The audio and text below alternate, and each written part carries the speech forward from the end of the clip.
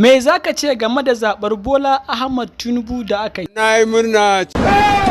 Mene ya fi burge ka a zaben da aka yi wannan shekarar? Al'umma za su zaɓi wanda suke so. Ya maganar raba kuɗin da wasu 'yan siyasa suke yi don a zaɓe su. Damfara irin ta da ba ta yi wa yanzu. Baba, 'yan Najeriya sun ce suna gode ma. Kada ku gode tukunna, ku bari sai mun gama.